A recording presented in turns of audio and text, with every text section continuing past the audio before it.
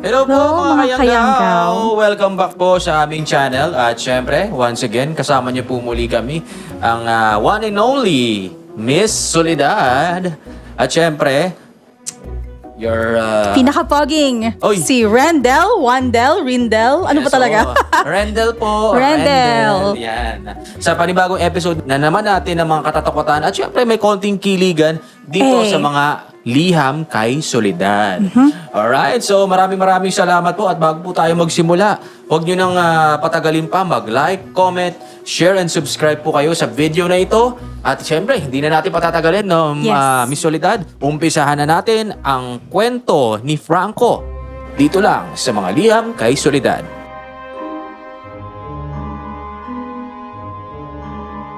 Bente anyos na ako nang una kaming magkita ni Lolo. Dahil sa edad niya, hindi na niya kaya ang malalayo at mahahabang biyahe. Taga San Eusebio, Samar si Lolo. At gusto niyang ako ang umasikaso sa naiwang lupa niya. Kaya pinapunta niya ako doon. Sa umpisa, ayoko talaga. Pero kalaunan, wala na rin akong nagawa kundi sundin ang hiling niya. Magandang araw po sa inyo, Miss Soledad, at sa lahat ng solid listeners ng channel na ito. Dati po akong tagapakinig lang, pero nainganyo rin akong sumulat para maibahagi sa inyo ang naging karanasan ko tungkol sa mga aswang. Ako nga po pala si Franco, at ito ang aking kwento.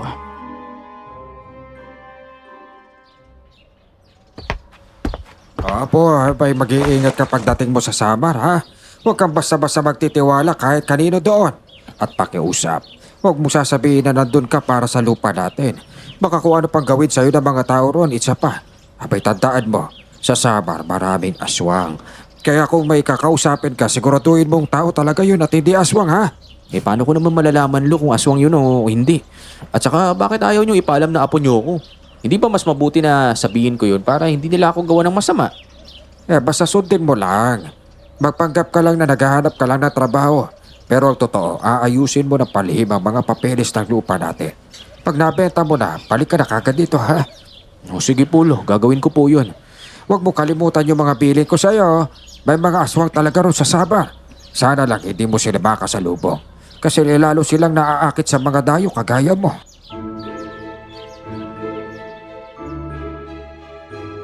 Madalas lumalabas sa bibig ni Lolo ang salitang aswang. Sa totoo lang, ni minsan ay wala pa akong nakikita sa buong buhay ko. Naririnig ko lang ang parang mga tunog nila sa paligid. Kahit ilang taon pa lang kaming nagkita at nagsama ni Lolo, ramdam ko kung gaano niya ako kamahal bilang apo. Pagdating ko sa Samar, ligtas naman akong nakarating at may nakahanda na ring tirahan para sa akin. Ang kubong tutuluyan ko ay pagmamay-ari ng kaibigan ni Lolo na nakatira raw sa kabilang bayan. Unang araw ko pa lang doon, may dumalaw na agad sa akin na isang dalaga. Maayos ko naman siyang hinarap at kinausap.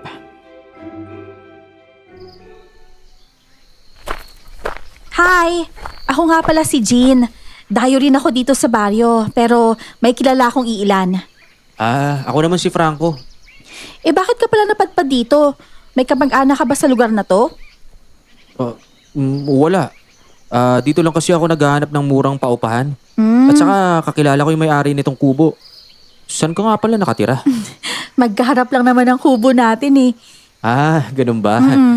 Jean, may alam ka bang pwedeng pagtrabahuan dito? Kailangan ko kasi magtrabaho para may pambili ako na makakain eh. Alam mo na, natanggal din kasi ako sa pinagtatrabahuan ko sa Maynila kaya napadpad ako dito. Ganun ba? Naku, kawawa ka naman. O sige, hahanapan kita ng pwede mong pasukan. Baka mamayang hapon, babalikan kita rito.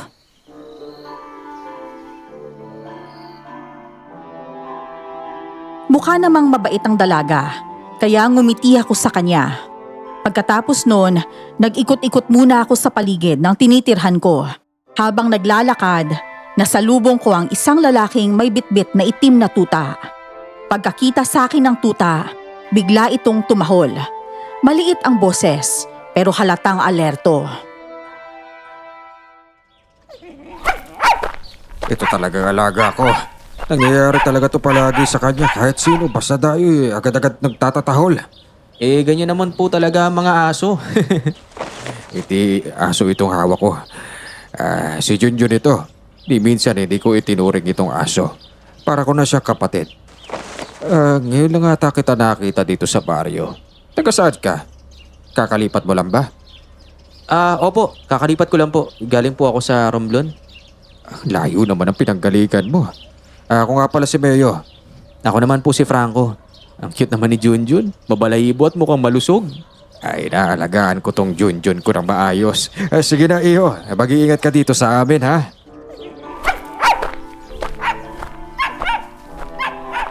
Tumango naman ako sa kanya, kaya naglakad na siya palayo mula sa harapan ko.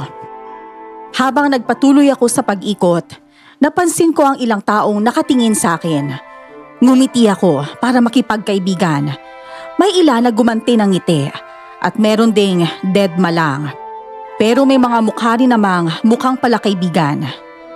Pagsapit ng hapon, bumalik si Jean sa bahay. May dala siyang magandang balita para sa akin.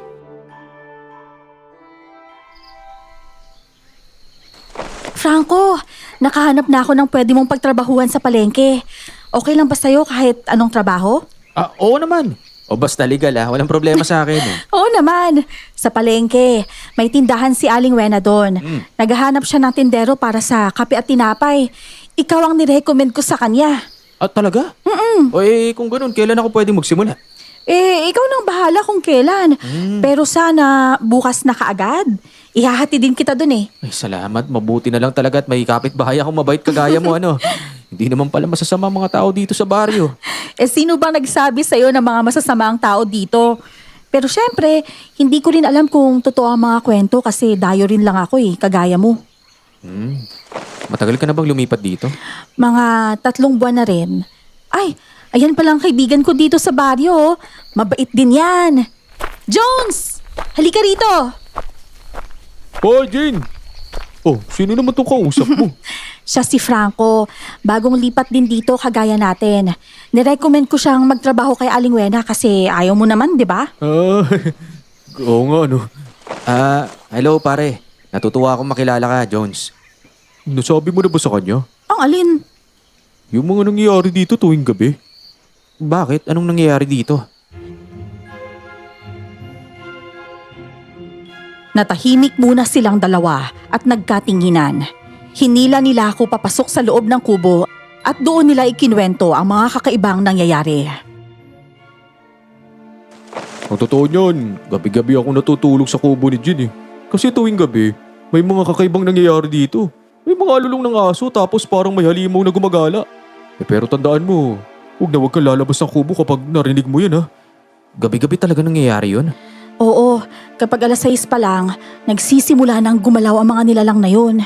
Kaya bago pa dumilim, siguraduhin mong nakasara na lahat ng pinto't bintana. Huwag ka na ring lalabas para to sa kaligtasan mo. Sabi ng mga tao rito, may aswang daw na nakatira dito sa baryo. Kahit kami naniniwala na totoo pero hindi pa namin nakikita Takot din kami lumabas kapag ganong oras. Tama nga pala si Lolo. Sinabi niya yun na maraming aswang sa baryong to. Sinabi ng lolo mo sa'yo?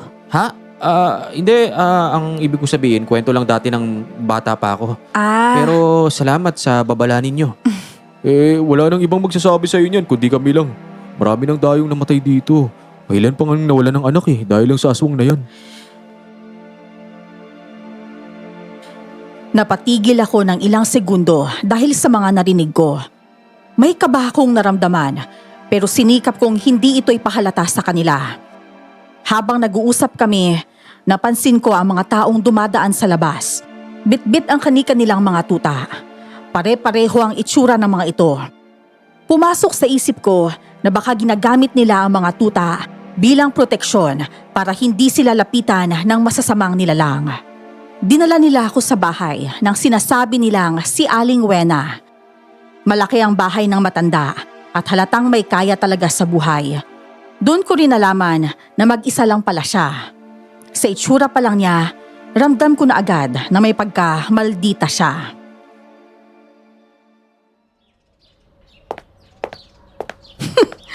Ito bang sinasabi mong bagong lipat na magtatrabaho sa tindahan ko? Opo. Siya nga po, Aling Wena. Ang gusto ko sa tao, mabait at mapagkakatiwalaan. Ayoko sa lahat yung nangunguha ng benta ko, kahit maliit lang. Isang honest na tao ang hanap ko. Naiintindihan mo ba? Wag po kayong mag-alala. Hindi po ako ganung klaseng tao. Ganyan din ang sabi ng huli kong kinuha na magtrabaho dito, iho. Na hindi siya katulad ng iba. Ayun, bago umalis, nilimas niya ang lahat ng benta ko na mahigit 10,000. Hindi po ganyan si Franco kasi kamag-anak po siya ni Jean. Hindi naman niya i-recommenda yung kamag-anak niya kung hindi siya mapagkakatiwalaan, di ba? Talaga? Kamag-anak mo itong si Franco, Jean? Opo, kamag-anak ko po siya. Hindi ko lang nabanggit sa inyo noon kasi hindi naman po kayo nagtanong eh. Heto nga pala ang susi. Ihatid mo na lang siya sa tindahan, Jean. Franco, ito ang gagawin mo. Pagdating mo doon, maglinis ka muna. Tapos darating ang magdadala ng tinapay. Yun ang ititinda mo. Sige po. Nang matapos kaming mag-usap, agad na rin kaming bumalik. Pagtingin ko sa relo ko, malapit nang mag-alas 5 ng hapon. Mas dumami na ang mga taong lumalabas. May mga nagbubuhat ng tuta at meron namang wala. Sabay-sabay pa silang nagkukwentuhan habang naglalakad.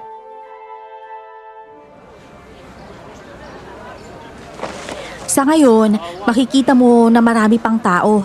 Pero pagdating ng alas 5:30, lahat sila magsisiuwian at magsasara na. Unang gabi ko pa lang dito sa baryo, kaya maninigurado talaga ako sa mga nangyayari. Pero ayos lang, kagaya ng mga tinuro ninyo, hindi na lang ako magbubukas ng pinto o lalabas ng ganong oras kahit ano man ang mangyari. May asin at bawang kami doon. Gusto mo bang dalhan ka namin? Hindi na.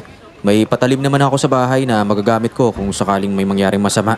Sige, ikaw ang bahala. Kung ako sa'yo, kumuha ka ng asin at isaboy mo dun sa bintana at pinto ng kubo mo.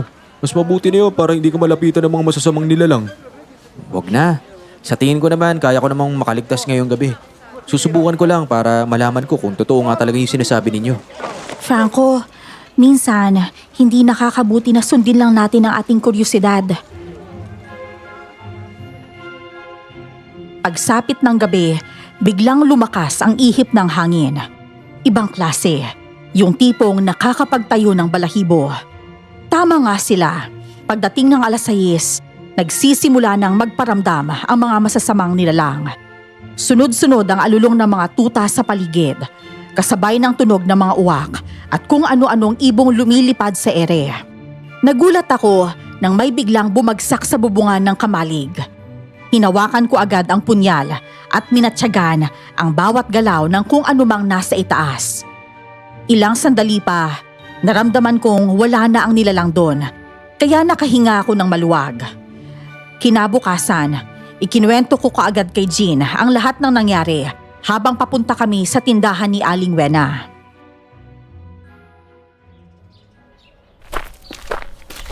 Sabi ko na nga ba magpaparamdam talaga sila sa'yo. Ganyan din ang nangyari sa akin nung unang lipat ko pa lang dito. Mas grabe pa nga Nakakita ako ng nilalang na may matutulis na pangil. Sinira pa nito ang bubong ng kubo ko. Buti na lang may asin at bawang ako, kaya hindi ako nasaktan. Ibig mong sabihin, nakita mo mismo yung aswang? Oo, nakita ko talaga. Pero sa'yo ko lang sinabi yun, Franco Kahit kay Jones, hindi ko pinanggit. Si Jones nga, muntik nang mapatay nung unang lipat niya dito. Sa awa ng Diyos, may dumating na taong pumatay sa aswang kaya nakaligtas siya. Bukod kay Jones, may iba ka pa bang kakilala dito? Iilan lang. Pero yung mga tambay na laging nagpapansin sa akin, hindi ko na pinapansin. Mas mabuti nang umiwas. Wala rin namang magandang maidudulot ang mga yun Sa bagay, tama ka, Jean. Pagdating ko sa tindahan, agad akong naglinis. Umalis na rin si Jean at bumalik sa kubo dahil may kailangan pa siyang asikasuhin. Maya-maya, dumating ang naghatid ng tinapay, kaya inayos ko na agad ang display. Ang una kong naging customer ay si Kuya Mayo. Kumusta naman ang unang gabi natin sa baryo? Ha? Wala bang nanggambala sa'yo? Wala naman po. Pero ang ingay ng mga tuta at kung ano pang mga hayop sa paligid. Ayun, nagkakagulo talaga sila. Masasanay ka rin sa pagtagal mo rito. Nagugutom ka na ba? O ito, tinapay ka na muna. Magtiis ka lang kasi wala pa tayong budget pambili ng karne. Iba talaga tong tuta mo, no? Parang hindi natutuwa sa akin kasi tinapay lang palagi ang pinapakain nyo sa kanya. Nasanay kasi siya palaging karne ang hinahain ko. Ngayon, wala pa akong budget eh. Kuya Mayo, marami ba talagang aswang sa baryo na to? May ilan, Franco. Kaya doon ka mag-iingat. Hindi mo makikilala ang aswang dito maingat sila at hindi mo mabubuko. Matagal na ako nakatira dito. Pero hanggang ngayon wala pa akong alam kung sino talaga ang aswang.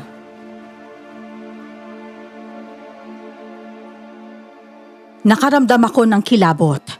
Pero hindi ko rin maintindihan kung bakit hindi ako ganun kasindak sa mga nalaman at narinig ko. Buong araw akong nasa tindahan at ni isang batang gumagala ay wala akong nakita. Nakakapagtaka talaga. Pagsapit ng hapon, dumating si Aling Wena para isara namin ang tindahan at para makauwi na rin ako.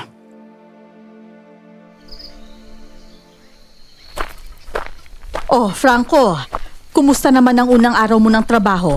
Napagod ka ba? Hindi naman po, maayos lang po ang lahat. Madali lang naman po ng trabaho na to. Maghihintay lang ako ng mga customer na lalapit kung gusto nilang bumili. At magkano naman ang kinita mo ngayon? Medyo kulang-kulang din na 1,000. Ito po yung benta natin. Saka nandyan rin po yung resibo ng tinapay na binayaran ko kanina. Kunin mo ang 200 piso. Yan ang sweldo mo. Kada hapon ang sweldo mo. Maraming salamat po. Sige na po, bibili po ako ng bigas at ulam ko. Sige, bumili ka na, iho. Mauna ka na lang, ha? Tapos na rin naman nating isara ang tindahan. Dalhin mo na rin ang susi. Oh, paano? Bukas ulit, ha? Sige po, maraming salamat po.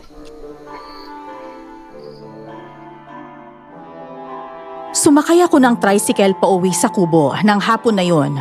Pagdating ko, agad akong dumiretso sa bahay ni Jean at nadatnan ko ron si Jones.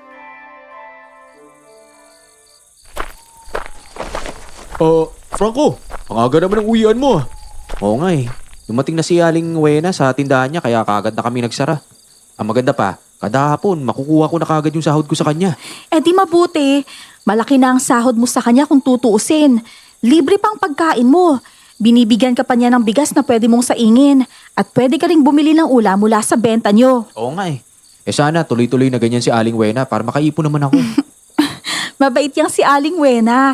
Ang itsura lang niya, medyo mukhang maldita. Jean, pala, matanong ko lang. Bakit ba ni isang bata wala akong makita na gumagala dun sa tindahan? Nakakapagtaka lang kasi dito lang talaga ako nakakita na walang batang lumalabas Jean. Dapat siguro sabihin na natin sa kanya yung totoo. Totoo? Anong totoo? Matagal na itong nangyayari dito sa baryo. Si Jones ang mas nakakaalam sa mga bagay na yan kasi mas nauna siyang lumipat dito kaysa sa akin. Ganito kasi yun. Noon, maraming mga bata dito. Pero isa-isa silang naglaho. Kahit nga yung mga magulang nila walang ideya kung saan sila hanapin. Pati yung mga katawan ng anak nila, wala rin. Ibig mo sabihin, basta na lang silang naglaho? Parang gano'n na nga. Walang nakakaalam kung nasan sila. Sa totoo niyan, misteryoso talaga ang pagkawala ng mga bata dito sa Barrio Franco. Kung kinuha man sila ng aswang, dapat may makita man lang tayong bangkay o kahit buto. Maliban na lang kung kinidnap sila at dinala sa Maynila at ginawang pulubi. Walang ibang pumapasok sa baryong to, kundi tayong mga nandito lang. Malakas ang kutob ko na mga aswang talagang kumuha sa kanila. Pero palaisipan pa rin kung saan nila dinadala ang mga katawan o buto ng mga bata. Bakit hindi kaya tayo gumawa ng paraan para matuklasan natin kung ano talagang nangyayari? Huwag mo na ngayon, Franco. Kailangan, kapag kumilos tayo, walang ibang makakaalam. Dapat hindi nila mapansin kahit konti. May dumaang isang babae sa harap ng bahay ni Jean. Nagulat ako dahil may bitbit siyang tuta, pero kulay puti. Ibang-iba sa lahat. Hindi tulad ng karamihan na puro itim ang mga tuta nila. Oh, Jin! Abay, tama nga sila. May dayo raw dito. Kakilala mo ba tong lalaking to? Opo. Kamag-anak ko po siya. Siya po si Franco. Franco, siya naman si Ate Beth. Napansin mo ba yung tindahan sa harap ng kay Aling Wena? Sa kanya yun. Pero matagal na niyang hindi binubuksan. Kayo po pala yung may-ari nun. Bakit hindi na po kayo nagtitinda? Paano siya makakapagtinda palagi sila nag-aaway ni Aling Wena. Magkakompetensya kasi. Oo, malas pa nga kami pareho Kapag nagkikita kami, siguradong may bangayan. Kaya nagparaya na lang ako para wala ng gulo. Halos araw-araw kasi, sinusugod ako ng babaeng yun sa tindahan ko. Ganun po ba? Matanda na po kasi yun si Aling Wena. Baka kaya medyo mainitin ang ulo. Mabuti na lang po at nauunawaan nyo na lang po siya. Abay, pareho lang naman kaming matanda Oo, wala rin naman akong magagawa doon. Pero mas mabuting umunawa kaysa makipag-away araw-araw. Nakakapagod yung ganong buhay. Swerte nga po ni Aling Wena kasi mabait kayo, Aling Beth. Hindi niyo siya pinapatulan. Teka, saan nga po pala kayo pupunta? Wala lang. Gumagala lang ako. Gusto ko lang makalanghap ng preskong hangin. Teka, kakaiba po yung tuta nyo Iba sa mga alaga ng mga tao rito, kulay puti. Tapos mahaba ang buntot. Parang kuneo ang dating, no? Abay, may breed kasi tong tuta ko. Mas mamahalin siya kesa sa mga tuta nila. Pwede ko po bang hawakan yung tuta nyo? Abay, oo naman. Walang problema. Inabot niya sa akin ang tuta at agad naman itong dinilaan ang braso ko. Nakakatawang haplusin ang balahibo niya. Makapal, malambot at mabango. Siguro araw-araw nyo pong pinapaliguan tong tuta nyo, ano? Oo, araw-araw nga. Yun lang kasi ang paraan para maging malinis siya. Pati na rin ang bahay kasi nasa loob lang siya palagi. Mukhang gusto mo ring magkaroon ng tuta Kung ganito kagandang lahi, bakit hindi po? Ayaan mo, balang araw magkakaroon ka rin. Babae itong tuta ko, kaya kung sakaling magkakaanak siya, ibibigay ko sa iyo ang isa. Sige po. Ito na po yung tuta ninyo. Baka nakakabahala na po ako sa inyo. Aling Beth, kumusta na po yung mga kaso ng mga batang nawawala? Ay nako, kagaya pa rin ng dati. Wala pa ring balita. Ang barangay na mismo ang nagsabing isara na ang kaso dahil wala silang mahanap ni kahit anong ebidensya. Kaya nga sinasabi ko, mas mabuti sigurong wag na munang magkaanak ang mga tao rito. Kasi kapag nagkakaroon, baka mawala rin lang na parang bula. Totoo yan. Mas dumadami pa nga mga tuta dito sa baryo kaysa sa mga bata Ngayon, ni isa, wala na talaga. Ipagdadasal na lang natin, Jean, na balang araw, mabigyan ng hustisya ang pagkawala ng mga bata dito sa baryo. Pasasaan ba't matatapos din ang lahat, gaya ng inaasahan ko. Tumingin sa akin si Ate Beth at agad siyang ngumiti. Ngumiti rin ako pabalik. Simula noon, naging malapit na kami. Kahit saan kami magkita, palagi niya akong inaalok ng tinapay. Masasabi kong mabait talaga siya. Isang araw, nagbukas siya ng sarili niyang tindahan at nagkataong naroon si Aling Wena. Bigla talagang naggalit ang matanda, pero hindi niya naman inaway si Ate Beth.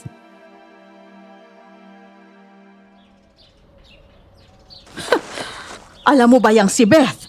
Mahilig yan sa mga lalaking kasing edad mo. Matandang dalaga na kasi, kaya siguro tigang. Mga bata patuloy ang pinapatulan. Mukhang mabait naman po si Ate Beth. Subukan mong lapitan, makikita mo. Kunwari, ligawan mo para lumabas ang tunay niyang kulay. Nako, napakalandi niyan kahit matanda na. Kita mo, nung malaman niyang lumalakas ang benta natin, nagbukas din ang tindahan? Abay, ang kapal ng mukha ng babaeng yun. Aling Wena, Kayo po ang amo ko kaya syempre, nasa inyo po ako kakampi. Pero parang hindi naman po yata tama na pagbawalan nyo siyang maghanap buhay. Pare-pareho lang naman po tayong gustong kumita para may makain. Di sana, iniba niya ang negosyo niya. Bakit kailangan pa niyang gayahin ako? Ay, naku, nakakainis talaga. Ito ha, kakanta ko, pero siya ang pinapatamaan ko. Siya kung magre-react yun. Pag-ibig na walang dangal, ang alay ko sa'yo. Paano kung malaman mo? Abay, nagsisimula ka na naman, Aling Wena. Hindi naman kita inaano dyan O bakit? Inaano rin ba kita? May masama ba kung kumanta ko? Masama, kasi ako ang pinaparinggan mo. Matanda ka na nga. Puro ka pa rin pang-aasar. Ay nako, bahala ka nga dyan. Sana mapaos ka sa kakanta mo. Hoy, wala kang pakialam kung mapaos man ako. Kakanta ko hanggat gusto ko. Pag-ibig na walang dangal, ang alay ko sa... Ay, Franco! Upo. Pakikuha nga ako ng tubig. Nasamid yata ako. Sige po.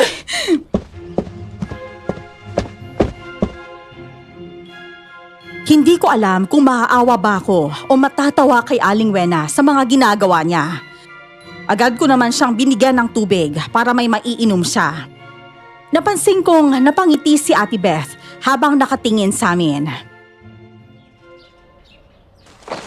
Ayan kasi, di ba sabi ko na po sa inyo, tigilan nyo na yung pagkanta, yun yung makinig sa akin. Parang kinarma nga ako sa ginawa ko. Ay, ang kati ng lalamunan ko ngayon, Franco. Ubusin nyo na po yung 2 baso ng tubig ha. Para mawala yung sakit ng lalamunan nyo. At saka huwag po kayong sigaw ng sigaw. Baka mamaya matumba kayo dyan sa taas ng high blood ninyo. Ay, oo na. Titigil na ako. Franco, uuwi muna ako ha. At ito, kapag may ginawa yung babaeng yon na hindi maganda sa'yo, isumbong mo ka agad sa akin para mabalatan ko. Opo, sige na po. Isusumbong ko po sa inyo. Umalis na rin si Aling Wena ng mga sandaling yon. Kaya nagkaroon ako ng pagkakataon upang makausap si Ate Beth.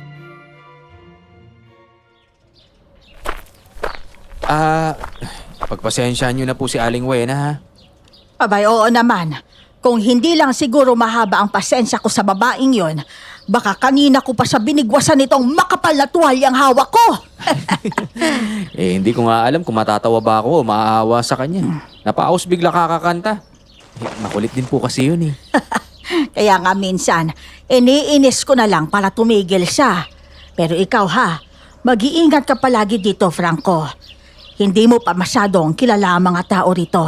Mahirap na, baka magtiwala ka sa maling tao. At huwag ka nang lumalakad kapag lumubog na ang araw. Yon ang oras ng kanilang paglabas. Tumango na lang ako kay Ate Beth. Pag-uwi ko mula sa tindahan, naikwento ko kina Jones at Jean ang nangyaring bangayan ni Aling Wena at Ate Beth. Natawa na lang din sila sa mga sinabi ko.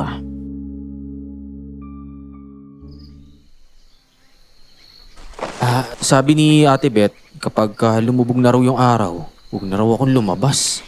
Yun din naman ang sinabi namin sa'yo dati Babala yun. Hindi talaga ligtas ang baryong to para sa atin. Pero wala tayong magagawa ngayon, kundi magtiis muna dito. Hanggang kailan naman tayo magtitiis? Hindi ba kayo kikilos? Kailangan natin gumawa ng paraan para mapatay yung aswang na yan. Ako nang maghahanap ng tamang pagkakataon para makapagsimula tayo ng plano natin. Pero ngayon, huwag kang basta magtiwala, Franco. Tingnan mo ang mga tao sa paligid. Akala mo, normal lang sila, di ba? Pero nagkakamali ka. Sinusubaybayan ka nila at nakikinig sila sa atin ngayon. Ano? Oo, Franco. Ang iba sa kanila, mga aswang na di natin alam. Pero malakas ang kutob ko, yung mga tao nakakasalamuha natin na araw-araw, sila rin yung mga halimaw na yun. Lumipas pa ang ilang linggo at bigla na lang sumama ang pakiramdam ko. Para bang ang bigat ng buong katawan ko at hindi ko maintindihan kung bakit. Hirap din akong kumain dahil sumasakit ang tiyan ko kapag may pumapasok na pagkain. Nagtaka sina Jean dahil ilang araw na akong hindi lumalabas ng bahay, kaya dumalaw sila sa akin.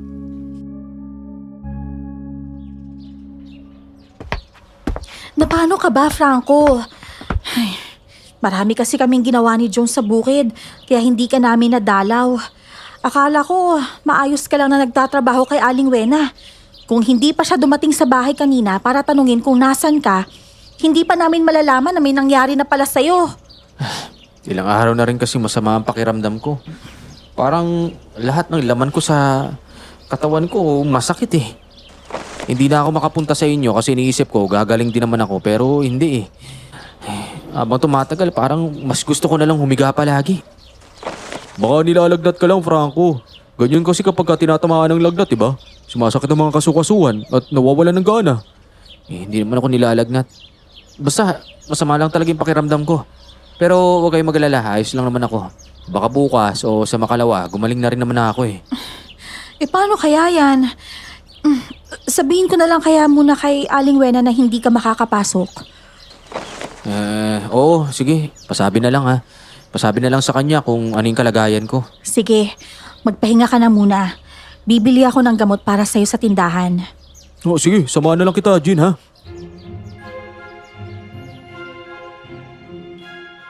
Akala ko magiging maayos ang lahat kapag nakainom ako ng gamot.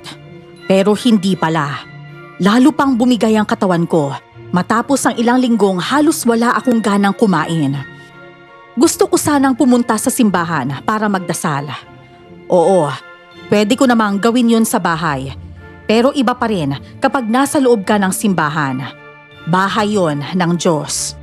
Kaya nang dumalaw sina Jean at Jones para dalhan ako ng pagkain, agad ko silang niyaya.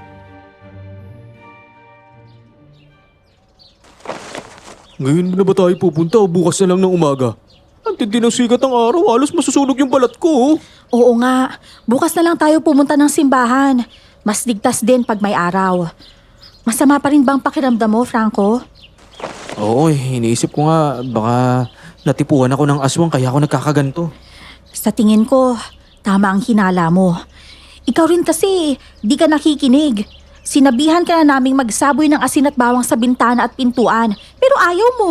Oh, ayan tuloy. Wala pa namang magagamot dito sa baryo. Yan yun na. Kaya ko pa naman eh. Huwag kayong mag-alala. Sinasabi mo lang na kaya mo, pero halata namang hindi. Tingnan mo, ang payat mo bigla. Tapos ang lalim pa ng mga mata mo. Wala ka bang kamag-anak? Ano kaya kung tumawag ka sa kanila para malaman nila yung kalagayan mo? Naku, wag na. Mag-aalala lang sila. Kaya ko pa naman. Gusto ko lang talagang pumunta sa simbahan, humingi ng tulong sa Panginoon. Mas maganda kasi magdasal sa simbahan. Ramdam ko ang presensya niya kapag nandun ako. Kinaumagahan, sinamahan ako ni Jean sa simbahan. Hindi ito ordinaryong simbahan. Isang lumang gusali na may nakasulat na mga talatang Latin. Malakas ang kutob ko na hindi yun tunay na simbahan ng mga taong naglilingkod sa Diyos. Ito ba yung simbahan ng mga tao dito sa baryo? Jean, hindi naman to simbahan eh. Kung Katoliko ka, alam mo hindi ganito ang itsura ng simbahan natin. Ito ang simbahan nila rito, Franco. At tama ka, hindi ito ordinaryong simbahan. Pero dito sila nagtitipon tuwing Biyernes ng gabi. Biyernes ng gabi? Teka, ang alam ko linggo ang araw ng pagsisimba. Kakaiba naman tong simbahan na to. At kakaiba rin ang mga tao rito. Hindi kaya lahat ng nakatira sa baharyong to, mga aswang talaga? Yan din ang tanong na hindi ko masagot, Franco. Pero, may aaminin ako. 3 taon na akong nakatira dito. Nagsinungaling ako nung sinabi kong 3 buwan pa lang. Walang katotohanan yon. Ako at si Jones, pareho kami nagsinungaling sa'yo. Patawarin mo sana kami, Franco. Teka, 3 taon ka na pala rito. Di dapat alam mo na kung sino ang aswang dito. Diyan ka nagkakamali. Hindi pa rin kilala kung sino sa kanila ang mga aswang. Si Jones, dayo rin. At kagaya ko, wala siyang kilalang personal na aswang. Alam lang namin na marami sila at nakikihalubilo sila sa mga tao. Mga demonyo talaga ang mga nakatira dito. Alam ko, Franco, pero wala na kaming ibang mapupuntahan. Wala na kaming tirahan sa labas ng baryo. Tara, lumapit tayo sa altar nila. May mga litratong nakalagay doon. Gusto kong makita kung sino-sino yon.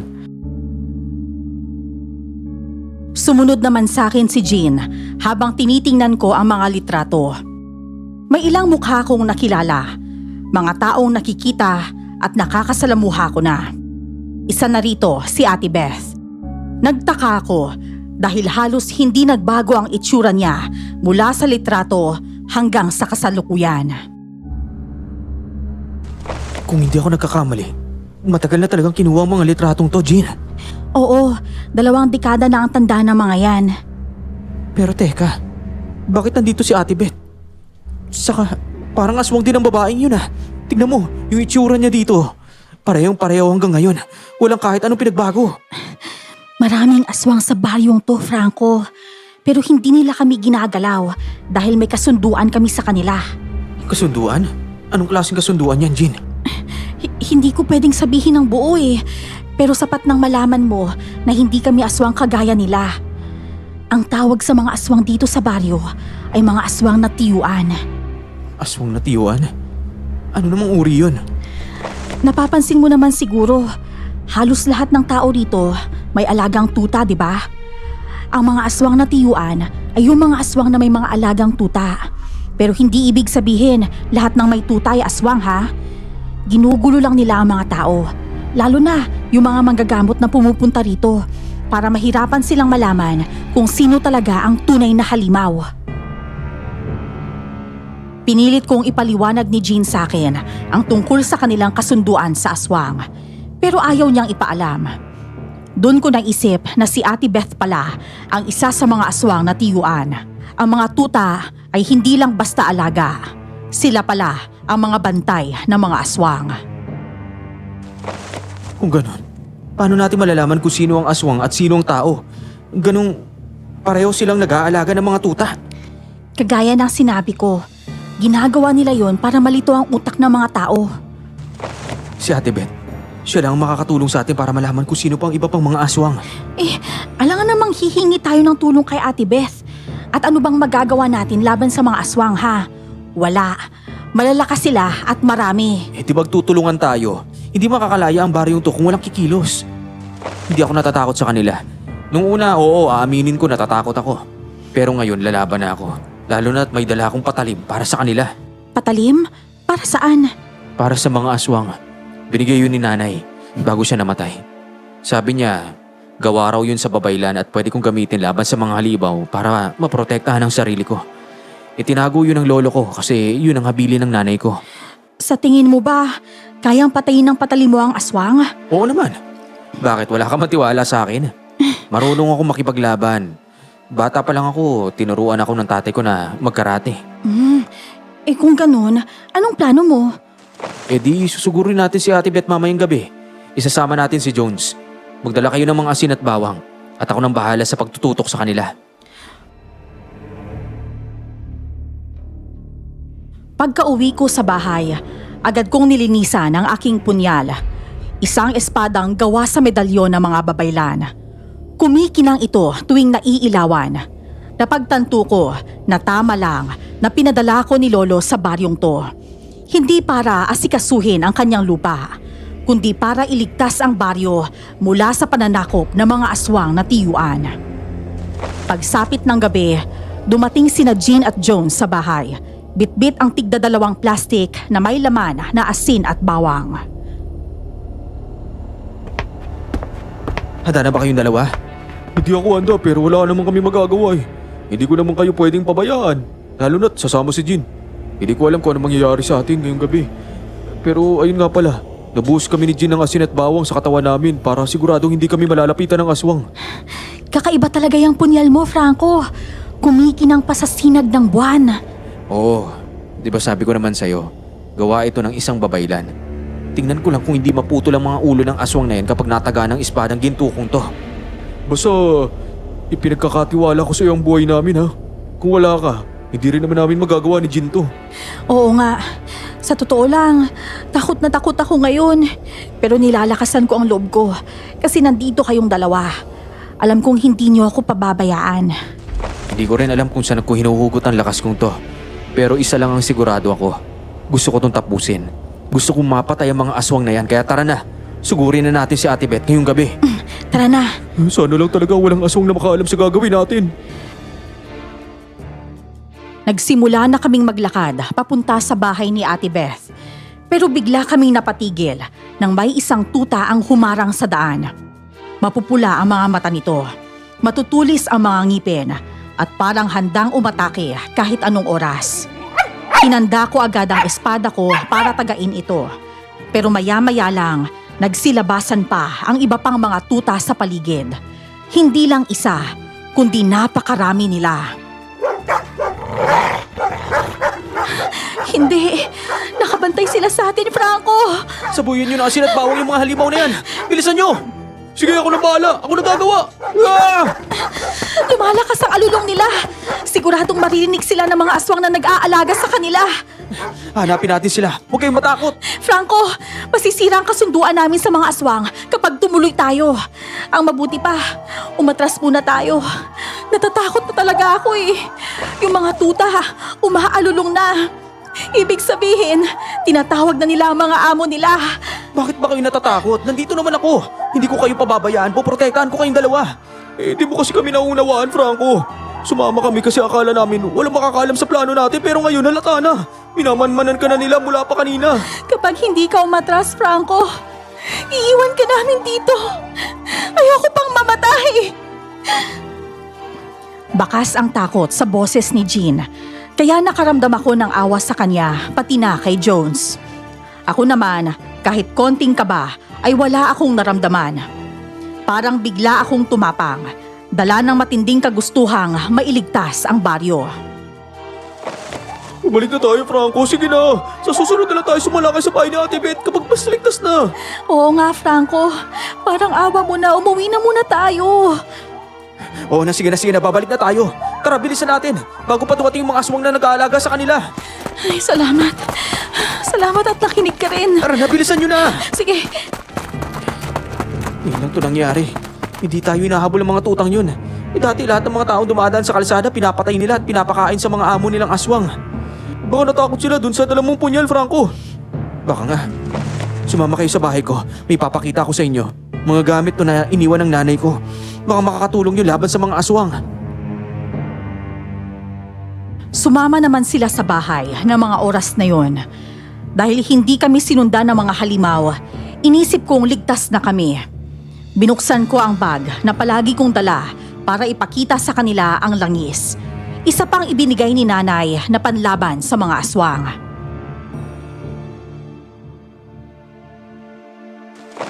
Bakit may ganito ang nanay mo, Franco? Sabi niya sa akin, may lahi daw siyang babaylan. Alam din yun ng tatay ko, pero si Lolo hindi. Maigpit niyang bilin sa akin na huwag kong ipapaalam kay Lolo na may iniwan siyang mga gamit na pangontra laban sa mga aswang. At sa tingin ko, ito na ang tamang oras para magamit to. Pero bakit ayaw mo ipaalam sa lolo mo na meron ka mga ganitong gamit? Hindi ko rin alam eh. Pero hindi ko na rin tinanong. Ayoko namang malaman pa ni Lolo at mag-alala pa siya. Mabait si Lolo Dencio sa akin. Kahit na 3 taon pa lang kami magkasama. 3 taon pa lang kayo magkasama? Oo, nalaman niyang patay na ang mga magulang ko kaya umuwi siya ng Romblon. Ang totoo niyan, taga rito siya sa Samar eh. Siya ang nag-uutos sa akin na pumunta rito para ayusin ang mga papeles ng lupa niya para maibenta. Ano? Ibig sabihin may pamilya ka pa pala? Nilihim mo lang? Hindi naman sa ganoon. Ang utos lang ni Lolo na huwag kong ipaalam kahit kanino na kamag-anak ko siya. Sino ba yung lolo mo? Si Lolo Dencio. Si Dencio? Wala akong nakilalang ganun kahit 4 na taon na akong nakatira dito. Pero may narinig akong matandang aswang daw na umalis dito dati. Teka, hindi naman aswang ang lolo ko, no? Hindi naman namin sinasabing siya yun, Franco. Pero mas mabuti siguro kung magtanong-tanong tayo bukas. Baka may nakakakilala sa kanya dito sa baryo.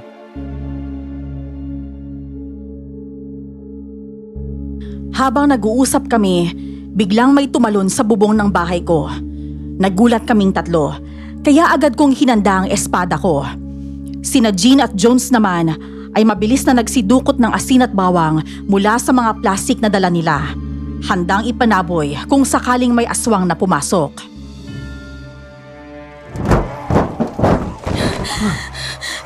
Banatan nila tayo, Franco. Kumalma ka lang dyan. Kung hindi sila makakapasok, mas mabuti yun. Pero kung susubukan nilang pasukin ang kubo na to, wala na tayong magagawa kundi lumaban. Hanggang kamatayan kung kailangan. Tama ka, Jones. Tara na. May mga tuta sa paligid. Pero pakinggan mo yun. May tunog ng pakpak at mga yabag sa bubong. Mukhang pati mga amo nila nandito na. Lalaban tayo. Huwag kayong magpapasindak. Kapag naramdaman nila takot tayo, lalo silang lalakas ang loob para patayin tayo. Kaya kapit lang, hindi tayo pwedeng matras ngayon. Narinig namin ang tunog ng isang nagsusubok sirain ang bintana ng kubo. Kaya agad kaming nag-abang. Ngunit hindi namin inaasahan na may aswang na susubok sirain ang pintuan. Biglang bumungad sa amin ang isang nilalang. May mahahabang kuko na maitim. Mapupula ang mga mata at mahabang buhok na kulay itim. Lumalabas ang kanyang pangil habang naglalaway at nakatitig sa amin. Hindi ikaw ang kailangan namin, Franco. Si Jean at Jones ang hinahanap namin. Mga traitor sila. Kailangan nilang mamatay. Sinira ninyo ang kasunduan natin. Hindi kami susuko sa'yo, no? Lalaban kami ngayon. May mga pangontra na kami sa inyo. Sa tingin mo ba matatakot pa kami? Oo nga, ginawa ko naman lahat ng nasa kasunduan ah. Ilang taon na kaming sumusunod sa inyo, Aling Wena. Kaya hindi ako papayag na papatayin niyo kami ng ganon-ganon lang. Dadaan muna kayo sa akin bago nyo makuha ang dalawang to. Kaya dapat mamatay kayo dito. Mga halimo kayo, mga mamamatay tao kayo! Hindi kami ang kalaban mo, Franco. Huwag kang makialam sa gagawin kong pagpatay sa kanila. Pero kapag nakialam ka, mapipilitan akong saktan ka. Eh di saktan mo. Yan ay kung kaya mo ako. Ha! Winasiwas ko sa harapan niya ang aking espada. Kaya napatingin ang aswang dito. Bigla namang bumukas ang bintana at may pumasok na manananggal. Doon ko napagtanto na hindi lang ang aswang na tiyuan ang naninirahan sa baryo. May iba pang uri ng aswang na nagkukuble. Agad akong kumilos at itinarak ang tulis ng espada sa dibdib ng manananggal.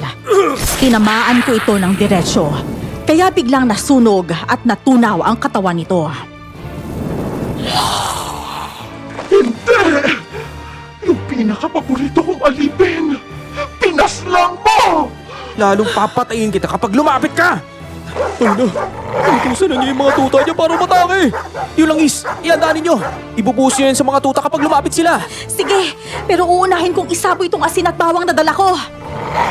Hindi ikaw ang gusto nilang patayin, Franco. Si Jean at Jones lang ang pakay nila. Hindi ko hayaan mapatay nyo ang mga kaibigan ko! Ha! Sabay-sabay na tumalon ang mga tuta papunta sa kinaroroonan namin. Agad namang sumaboy sina Jean at Jones ng asin at bawang. Kaya nagsisisigaw at nasunog ang balat ng mga ito. Napaatras sila, umangil sa sobrang hapde. Hindi ako nag-aksaya ng oras.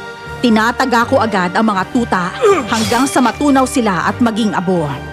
Si Jean naman ay nagsaboy pa ng langis sa mga paparating pa lang at agad silang umatras nang makita ito.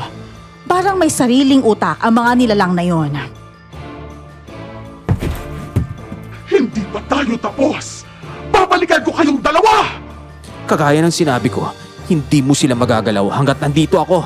Ipaglalaban ko sila kahit kamatayan ko pa. Dito na matatapos ang lahat ng kasamaan ninyo! Yeah! Anak no, nasaan na sila? Bigla na lang sila naglaho. Sumabay sila sa hangin. Pero imposibleng hindi nyo alam kung sino talaga ang mga aswang na yon. Nagpapakita lang sila sa amin kapag aswang na sila. Kaya hindi namin sila nakikilala sa normal na anyo. Alam naming marami sila rito. Pero kampante kami dahil hindi naman nila kami ginagalaw. Pumayag kasi kami sa gusto nila. Hindi ko kayo pipiliting sabihin kung ano yung mga kasunduan ninyo. Pero sana, dumating yung araw na kaya nyo na akong pagkatiwalaan at ikwento ang lahat. Marami pa akong gustong maintindihan. Patawarin mo kami, Franco. Pero bawal naming ibunyag yun. Kasunduan namin yun at kami lang ang dapat makaalam. Pagkatapos ng gabing yun, natulog sina Jean at Jones sa bahay. Kinabukasan, nagulat kami nang dumating si Ate Beth. Bit-bit pa rin ang kanyang tuta. Nakita ko ang takot sa mga mata ni na Jean at Jones, kaya ako na ang humarap at kinausap siya. Hindi ikaw ang kailangan ko, Franco. Sina Jean at Jones ang pakay ko. Ate Beth, wala naman po kaming ginagawang masama, Ate Beth eh. Gusto lang sana naming sinira niyo ang kasunduan niyo sa mga aswang. Hindi na nila kayo titigilan hanggat hindi kayo patay. Hindi si Franco ang gusto nila, kundi kayong dalawa ni Jones. Kagaya ng sinabi ko kagabi, hindi nila magagalaw sina Jean at Jones hanggat nandito ako. Hindi sa lahat ng oras, kaya mong bantayan sila, Franco. Lalo na kung may sarili ka ring suliranin. Darating ang araw, malalaman mo kung ano talaga ang dapat mong panindigan. Si Franco, may paninindigan sa mga aswang? Tanging lolo niya lang ang makakasagot sa mga tanong niya. Akala mo ba, basta-basta ka lang nabuhay ng ganito katagal sa baryong to? May halaga ka sa mga aswang, Franco. Anong ibig mo sabihin? Anong halaga? Sabihin mo sa akin. Sabihin mo sa akin, Ate Beth. Sinusubukan lang kayo ng mga aswang. Gusto nilang malaman kung tapat pa rin kayo sa kanila. Pero lumabas na hindi. Sinira niyo ang kasunduan. Hindi niyo nadala ang dayo sa lungga nila. At dahil doon, mabigat ang magiging kapalit. Napatingin ako kina Jean at Jones. Doon ko naunawaan ang kanilang kasunduan.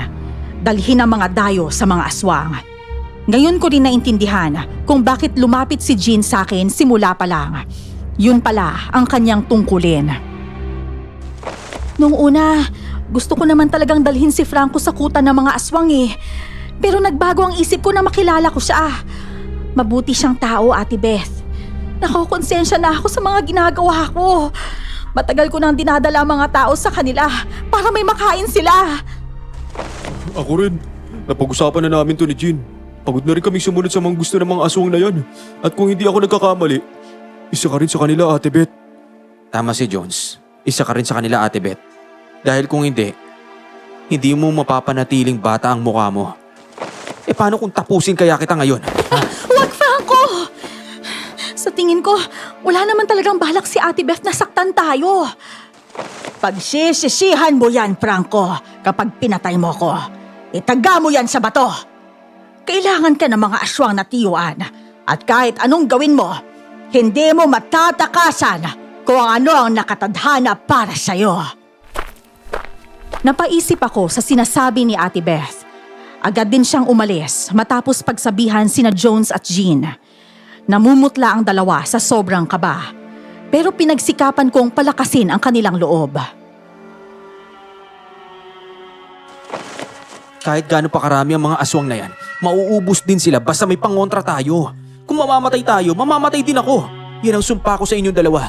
Hindi ko hahayaang madampian kayo ng mga tiyuan na yan. Franco, mukhang mamayang gabi na talaga ang huling laban natin. E di maganda tayo bago dumilim. Si Ate Beth ang target natin. Sigurado akong mahalaga siya sa mga aswang na yun. Kaya kapag may nangyari sa kanya, lalabas lahat ng mga kasamahan niya. Itutuloy na lang natin ang pagsalakay sa bahay ni Ate Beth mamayang gabi. Tama, mas mabuti nga yun. Uunahan natin sila bago pa nila tayo maunahan. Pero Franco, totoo bang wala ka talagang alam kung ano talaga ang papel mo sa mga tiyuan? Wala. Hindi ako kabilang sa kanila, Jones. Alam ko kung saan nanggaling ang mga magulang ko. Wala akong dugong aswang. Gagawa pala ako ng tubig na maalat na may bawang para sa mga aswang. Bibili rin ako ngayon ng water gun para mas madali nating ipaputok sa kanila. O sige. Sumasakit na naman ang Franco! laman ko. Franco, magpahinga ka na muna dito sa kubo mo. Hindi naman lumalabas sa mga tiyuan kapag kaaraw eh. Sige. Pag medyo gumaan na yung pakiramdam ko, gagawa rin ako ng sarili kong pangontra. Sige, mamaya, maganda na tayo.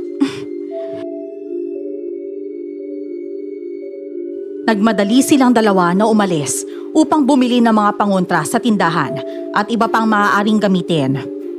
Bumibigat ang ulo ko sa sobrang sakit at halos iuntog ko na ito sa matigas kong higaan. Hindi ko namalayan, nakatulog na lang ako dahil sa sama ng pakiramdam. Kinahapunan, binalikan ako nina Jones at Jean sa kubo. Franco, nakagawa ko ng isang pitsil ng tubig na maalat. May halong asin at bawang. Sa tingin ko, sapat na to para pumatay sa mga aswang at pati sa mga tuta nila. Haluan mo muna ng langis, yung iniwan sa akin ni nanay. Mas magiging madali yan laban sa kanila. Malaking water gun yung binili namin para hindi kagad maubusan ng bala. Parang laro lang to, pupuntahan natin. Pero sige, alam kong malaking tulong yan. Lalo ng water gun na yan.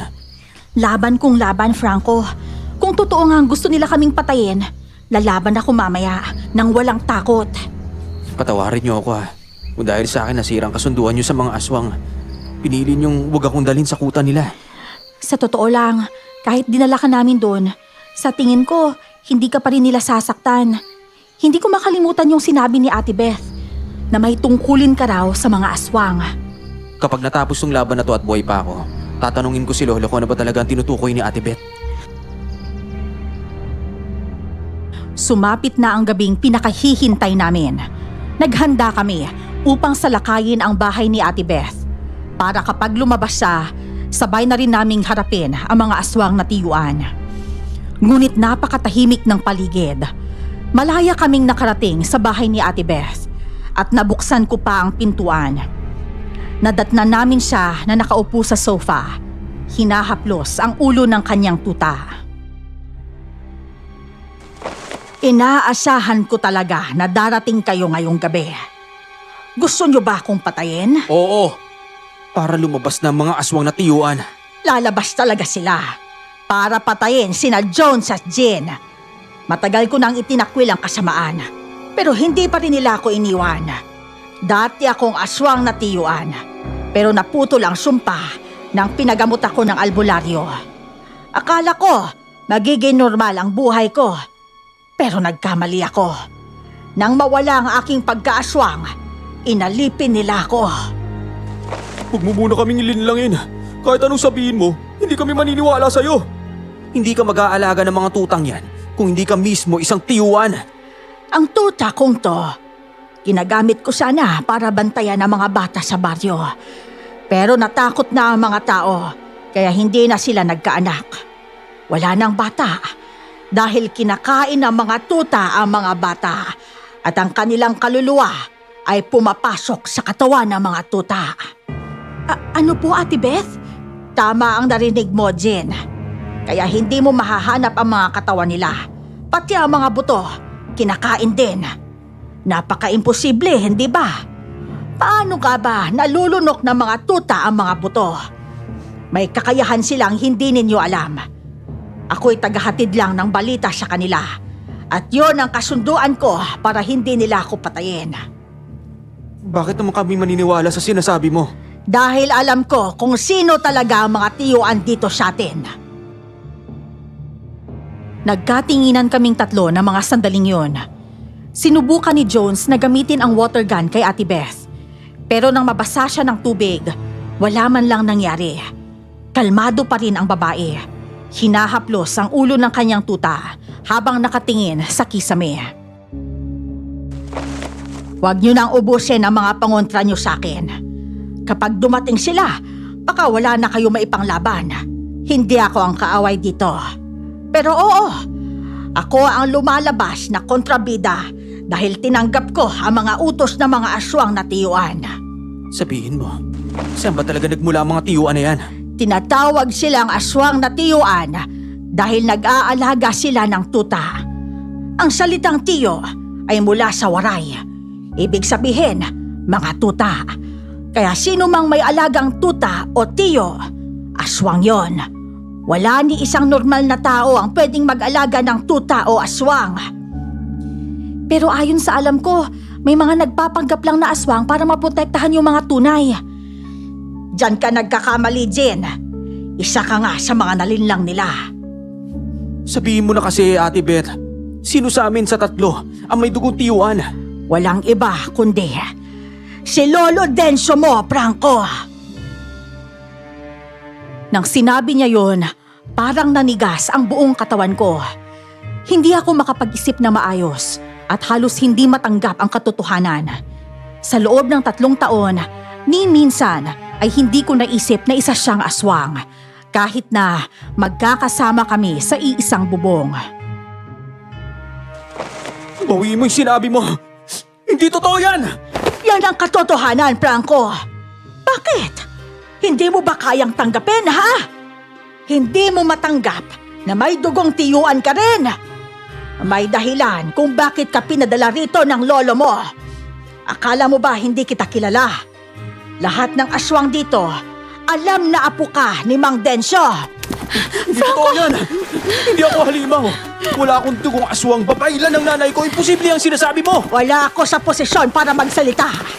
Pero, hindi ka ba nagtaka kung bakit sabay na namatay ang nanay at tatay mo?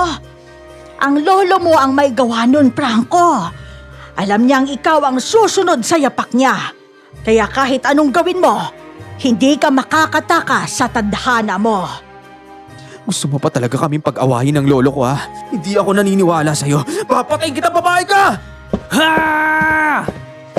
Hinugot ko ang espada. Handang sugurin si Ate Beth. Pero bigla akong hinarang at pinigilan ni Jean. Si Ate Beth naman, nanatiling kalmado kahit alam niyang aatakihin ko na siya. Hayaan mo siyang patayin ako, basta't wala pa sila. Masakit, Franco. Masakit malaman na may dugong aswang ka. Pero ano pa bang magagawa mo? Hindi ba sinabi mo sa amin, Franco, na hindi alam ng lolo mo na may iniwan sa iyo ang nanay mo? Yung langis at espada? Hindi kaya iniwan niya yon para maprotektahan mo ang sarili mo laban sa sarili mong lolo? Oo nga, no? Alam ng nanay mo na gagamitin ka ng lolo mo. Kaya kanya binigyan ng panangga. Si Lolo Densyo mo ang nagturo sa amin ng sinaunang ritual ng mga tiyuan. Umalis siya noon para kunin ka sa mga magulang mo. Pero dahil ayaw kanilang ibigay, pinatay niya sila. Sobrang sakit ng nararamdaman ko. Lalo na't alam kong wala naman siyang dahilan para magsinungaling. Doon ko na lang tuluyang napagtagpi-tagpi ang lahat. Kaya pala minsan, humihingi ng tawad si Lolo sa akin kahit wala naman siyang ginagawang mali. Yun pala dahil siya ang pumatay sa mga magulang ko. Napaluhod ako sa sahig ng bahay ni Ate Beth. Dinadala ng bigat ng katotohanang halos hindi ko kayang tanggapin. Pinapunta ka ng lolo mo rito, hindi para ibenta ang lupa, kundi para makilala ka ng mga kapwa mong aswang. Kung sa tingin mo magsisinungaling ako, paano ko malalaman ang mga bagay na to, di ba? Ang nagsabi sa akin ay si Mayo, isa ring tiyuan. Ano ba posisyon ni lolo sa mga aswang na yan? Siya ang pinuno namin noon bago ako gumaling. Pinadala ka niya rito para ikaw ang pumalit. Ang bagong pinuno ng mga tiyuan. Malapit na kasi siyang mamatay. May paraan po ba para makawala si Franco sa sumpang yan?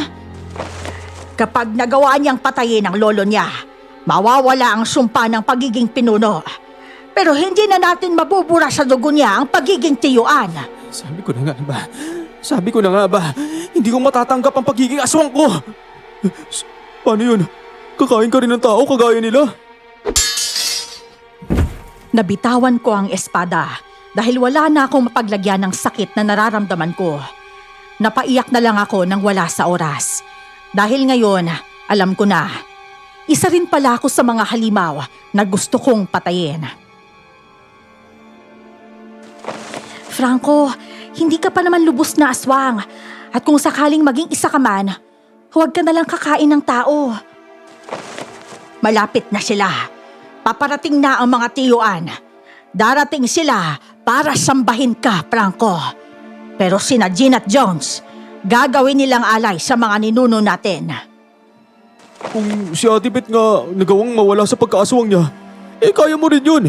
Magpagamot ka na lang sa parehong albularyo na nagpagaling sa kanya. Naririnig ko na ang mga tuta nila. Papalapit na sila. Franco, kunin mo ng espada mo. Maghanda na tayo. Gusto mo bang mabuhay, Jean? Oo naman. Kapag dumating sila, kakausapin ko ng mahinaon. Hindi kayo pwedeng mamatay. Sa simula, lalaban tayo pero kung hindi na natin sila kaya, saka ko tatanggapin ang pagiging pinuno para lang makaligtas kayo. Sa puso, Franco. Saksakin mo sa puso ang Lolo Densyo mo. Yun lang ang paraan para hindi ka pumalit sa pwesto niya. Alam kong kaya mo yon. Susubukan kong gawin para sa mga kaibigan ko. Hindi mo kailangang ibuwis ang buhay mo para sa amin, Franco. Kung sakaling matalo tayo, tumakas ka na. Nandiyan na sila! Pati ang lolo mo, Franco. Huwag ka nang magtanong pa. Nasabi ko na ang lahat. Ano man ang sabihin niya, huwag kang maniniwala. Kakambi ka ba talaga namin, Ate Beth? Hindi kita kakampi at hindi rin kita kaaway. Pareho lang tayo ng gusto. Ang makalaya sa sumpa. Dumating na ang mga aswang na tiyuan kasama ang mga tuta nila. Pinaligiran nila ang bahay ni Ate Beth. Umaalulong na parang natutuwa sa mga nangyayari. Biglang umihip ang malakas na hangin, dahilan para bumukas ang mga bintana at pintuan. At sa pagbukas noon, bumungad sa amin ang aswang na nakausap namin noon sa bahay. Hindi ba sinabi ko sa iyo, Franco, na hindi mo sila mapuprotektahan? Paano mo sila mapuprotektahan kung isa ka rin sa amin? Hindi ako isa sa inyo! Apo kita, kaya may dugong aswang ka, kagaya ko. Gusto mo ba akong makilala ng personal? Ako ito, ang Lola Wena mo. Aling Wena? Ikaw? Isa ka pang matandang aswang ka. Pero bakit wala kang alaga tuta? May nag-aalaga sa tuta ko. Hindi ko na kailangan magpakahirap pa. Labas na ako ngayon sa gulo nyo. Ginawa ko na ang kasunduan natin. Kaya ngayon, ako ang hihiling. Wena, palayain na ninyo ako. Hindi ka makakalaya hanggat hindi tinatanggap ni Franco ang pagiging pinuno ng aming lahi. Ano? Bakit? Kailangan pang nakasalalay pa sa kanya ang lahat ng to? Yun ang gusto ko Isa pang aswang ang tumayo sa gilid ni Aling Wena at biglang nagpalit ng anyo bilang tao. At laking gulat ko nang makita kong si Kuya Mayo pala yun.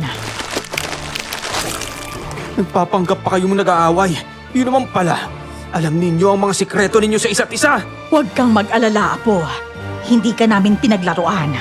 Halika na. Lumapit ka sa akin. Yakapin mo ang lola mo. Hindi ko matatanggap na magkamag-anak tayo. Wala akong kamag-anak na aswang. Sandali na lang at darating na ang lolo mo. Huwag ka namang ganyan sa akin, Apo. Hindi mo alam kung gaano kita gustong makita. Nung una kitang nakita, gusto na kitang yakapin. Pero pinigilan ko ang sarili ko dahil baka magulat ka. Mukhang galing ka nga talaga sa kanila, Franco. Lalabanan mo ba talaga ang mga kalahi mo? Lalabanan ko sila at hindi ako maniniwala sa kahit anong sasabihin nila hanggat hindi ko mismo nakikita si Lolo. Mga alaga, sugurin niyo sina Jean at Jones. Patayin niyo sila! Ihandaan yung mga water gun ninyo. Papasukin nila tayo dito sa bahay. Bilisan nyo! Hindi tayo makakakilos sa maayos dito sa loob. Mas mabuti lumabas na tayo. Doon na tayo makipaglaban. Dumaan kayo sa likod ng bahay. Pero maghanda kayo. Sigurado ako may mga aswang na nakabantay doon. Tumakbo kami papunta sa likuran ng bahay ni Ate Beth. Pero doon pa lang, sinalubong na kami ng mga tuta at aswang na nag-aabang. Pinagbabaril ni na Jean at Jones sa mga ito gamit ang water gun. At bawat nilalang na natatamaan ay agad nalulusaw. Ako naman, ginamit ko ang aking espada, sinaksak at tinagpas ko ang mga aswang na lumalapit. Ha! Sige, lumapit kayo! Tingnan lang natin kung hindi kayo matunaw dito! Ang saya! Hindi nila tayo masaktan. Namamatay agad sila pag tinamaan ng tubig. Huwag kayong masyadong matuwa. Marami pa yan. Siguraduhin ninyo na hindi mauubos kaagad ang laman ng water gun hanggat hindi pa sila naubos lahat. Malaki tong water gun ko at puno ng tubig, Franco. Matagal pa to bago maubos. Sige pa! Lumapit pa kayo! Natatakot na silang lumapit. Alam siguro nila na kamatayan ang kapalit ng paglapit nila. Tumigil ang mga tuta sa pag-atake at sabay-sabay na yumuko sa harapan ko. Hindi ko inaasahan. Biglang lumitaw si Lolo kasama sina Aling Wena at Kuya Mayo. Apo! Abay, anong ginagawa mo? Bakit mo pinapatay ang mga kalahi natin? Sila sana magiging alipin mo kapag tinanggap mo ang pagiging pinuno. Ayaw mo pa nun. Uupo ka lang at mag-uutos sa kanila. Lolo, isa ka nga talagang aswang. Hindi, ayoko! Hindi ko kaya maging kagaya mo. Talaga bang ikaw ang pinuno nila? Oo, Apo. Abay, dapat ka, matuwa ka pa. Ang tatay mo ang dapat napapalit sa akin pero dahil sa tumanggi sila, pinatay ko na lang. Wala silang silbi. Ikaw na lang ang inaasahan ko kaya pakiusap. Huwag mo naman akong bibiguin. Bibiguin talaga kita dahil ayoko maging kagaya mo. Nangakala ko nun, nag-aalala ka sa akin dahil namatay si nanay at tatay. Yun pala, ginagamit mo lang ako. Peke lang ang lahat. Kaya pala, pinatago ni nanay sa akin ang mga espada at langis dahil alam niya na may tinatago kang kasamaan. Itapon mo na ang mga bagay na yan. Hindi natin kailangan magbatayan na po magkamag-anak tayo. Hindi! Hindi tayo magkadugo. Hindi ako magiging kagaya ninyo. Masyado kang makasarili, Apo. Hindi pagiging makasarili ang pagpili ng tama. At isa pa, ikaw ang pumatay sa mga magulang ko. Kriminal ka. Anak mo ang tatay ko, di ba? Paano mo nagawang patayin ang sarili mong anak? Ganyan talaga ang mga limaw. Walang kinikilala ka mag-anak kasi puro kasamaan ang pinapairal nila. Humanip ka na sa akin, Apo. Kung ayaw mong mamatay at ang mga kaibigan mo. Sa bigat ng tono ni Lolo, alam kong gagamitin niya ang mga kaibigan ko para pilitin akong sumunod sa kagustuhan niya. Pero ayokong maging katulad niya dahil siya ang tunay na masama. Hinanda ko ang langis at ang espada ko, handang gawing panlaban sa mga halimaw na yon. Sina Jean at Jones naman ay nagsimula na ring maghanda. Kahit anong mangyari, magtutulungan na tayo. Hindi tayo susuko hanggat hindi natin sila napapatumba. Sige, lalaban tayo, Franco! Sobrang na itong pananakop ninyo sa baryo. Kukunti na lang kami dito tao rito. Halos lahat pala na nakatira dito, mga aswang na. Oo, ang baryong to pinamumugaran ng mga aswang. Bayan to ng mga tiyuan. Silang nagpaparami dito na binubuo ng mga lahi nila. Mukhang hindi mo talaga tatanggapin ang alok ko, Franco. Mga kasama, patayin nyo na ang mga kaibigan niya. Pero huwag niyong gagalawin ang apo ko. Kailangan natin siya. Hulihin niyo siya at alis sa kuta. Hindi pwedeng masayang ang 3 taong pinaghirapan ko. Malapit na akong pamatay. Kailangan ko ng papalit. Hindi ako papalit sa'yo. Kahit isumpa mo ba ako? Ha! Sumugod ang mga aswang sa kinaroroonan namin. Pero sina Jean at Jones agad ang naging puntirya nila. Agad akong tumulong para mapatay ang mga kalaban. Kaliwat kanan ang taga ko gamit ang espada, habang sabay akong nagsasaboy ng langis sa paligid. Bawat nilalang na matalsikan nito ay agad natutunaw at nagiging abo. Sa likod mo, Jean! Itong para sa'yo! Ayan! Maghilamos ka ng tubig na maalat! Mga hayop kayong aswang kayo! Sabi ko! Hindi ka aswang ka! Nakalmot mo pa yung braso ko! Eto sa'yo! Ah! Maligo ka na rin ang baon ng amoy mo! Tatapusin na namin kayo ngayong gabi! Tumigil ka na, Franco! Inuubos mo ang lahi natin! Hindi! Hindi ko kayo kalahi. Hindi ko kailan matatanggapin ang lahi ninyo! Ginagalit mo talaga ako, ano? Huwag mong ipakita sa akin na katulad ka lang ng mga magulang mo. Oo! Sa kanila ako nagmana. Kaya magiging katulad nila ako. Lalaban sa mga kagustuhan ninyo. Hindi ako magiging kagaya ninyo. Siguraduhin mo ang mga salitang yan, Franco. Kapag ginalit mo pa ako, puputulan kita ng ulo. Magkalaban na tayong dalawa, Lolo. Nakangala ko noon, mabuting tao ka. Pero nagkamali ako, isa kang alimaw! Walang iya ka! Wala kang respeto! Talagang wala akong respeto sa mamamatay tao! Densyo, kung hindi mo siya madadala sa magandang usapan, pilitin mo na siya! Ilang taon tayo nagparami ng lahi rito. Hindi ako papayag na maubos tayo! Tingnan mo, kukunti na lang ang natitira sa atin. Pati mga tuta natin, konti na lang! Huling tanong ko, Franco. Tatanggapin mo ba ang hiling ko o hindi? Hindi.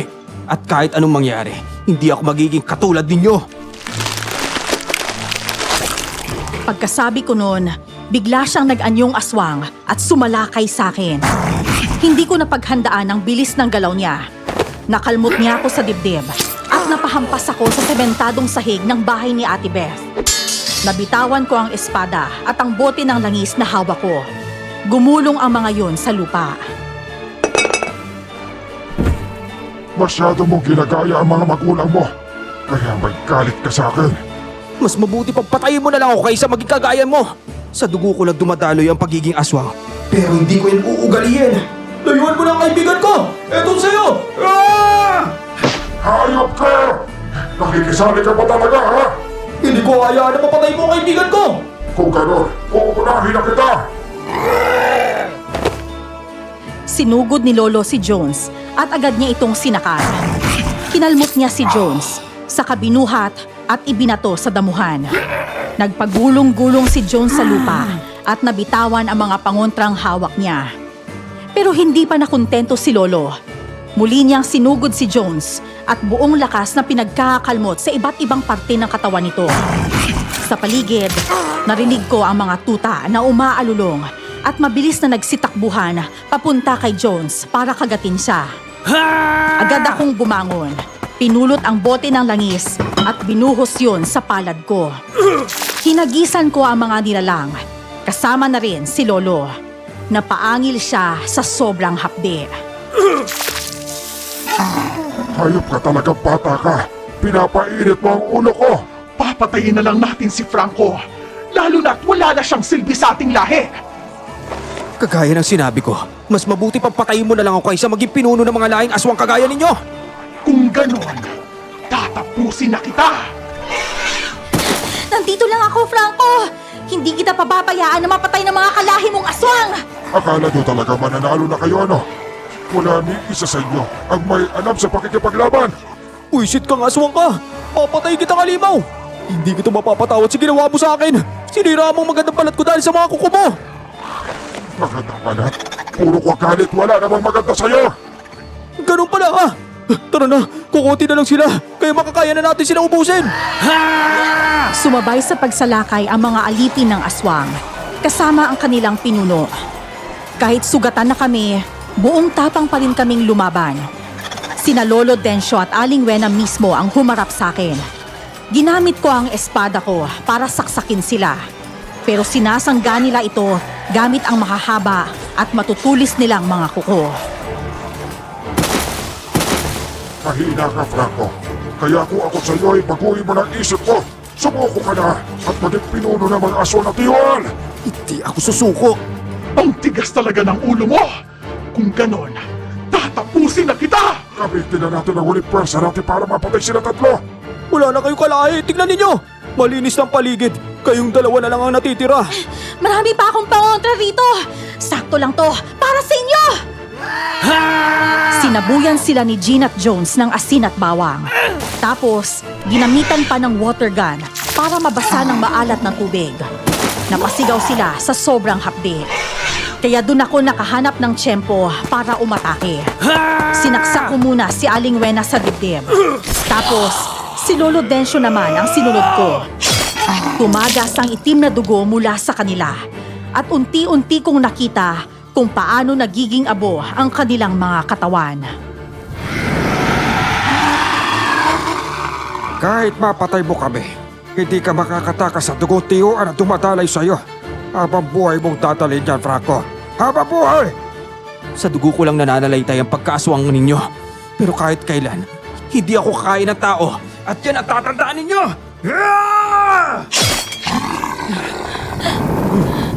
Sa wakas, patay na sila! Malaya na ang mga tao sa baryo. Pati tayo! Oh, wala na tayong dapat katakutan.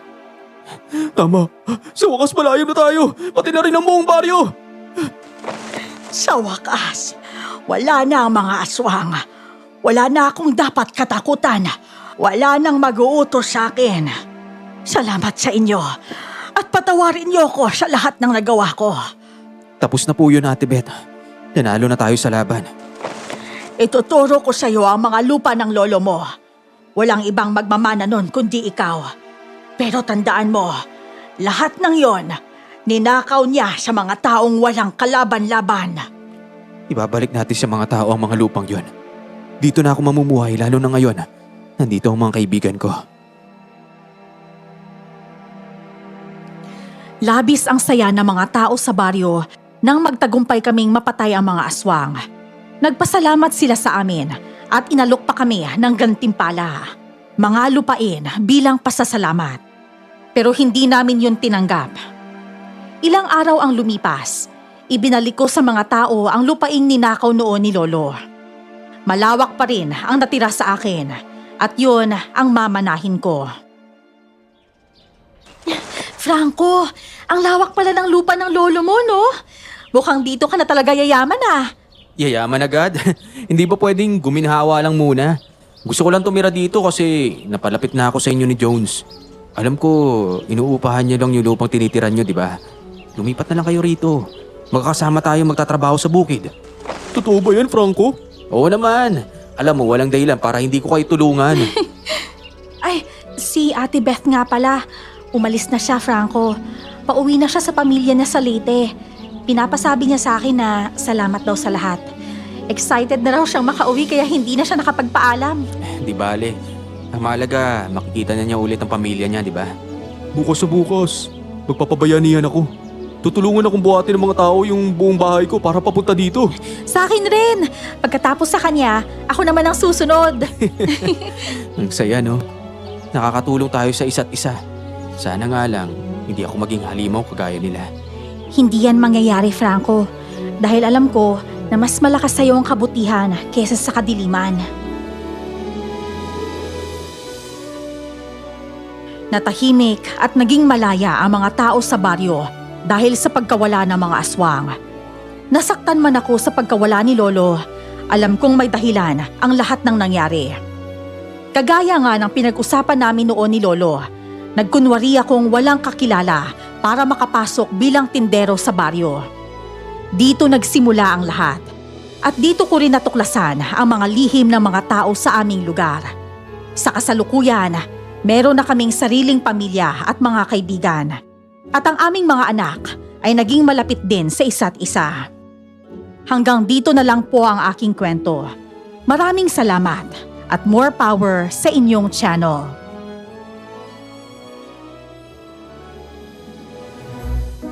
Alright! Ayun, natapos din ang ating kwento for today. Oh, how was it, Miss Soledad? Ako, nabitin ako, Rendel, kasi gusto ko pa sanang kumanta eh. Ha? Oo. Nabiting ka pa ron? Oo, ang ikli lang kasi. Ay, may kli lang siya. Oo. Okay. Sige, sa susunod na mga script, pwedeng pakakakantahin ka namin ng full, Sige. full song. Sige. Anyway, ayun na nga, sana nagustuhan ninyo. Kung nagustuhan nyo yun, syempre mag-like, comment, Yes. share, and subscribe na Yes. kayo sa channel dito sa mga liham kay Soledad. At kung may syempre, mga napulot kayong aral, oo, i-comment nyo yun sa i-comment baba. nyo lang. At malay nyo, mabasa natin sa mga susunod kapag maaba pa oras natin, ha? So, ayun, anyway, maraming salamat po at kita-kits po ulit tayo next episode dito lang sa mga liham kay Soledad. Bye-bye. Bye-bye po! See you po.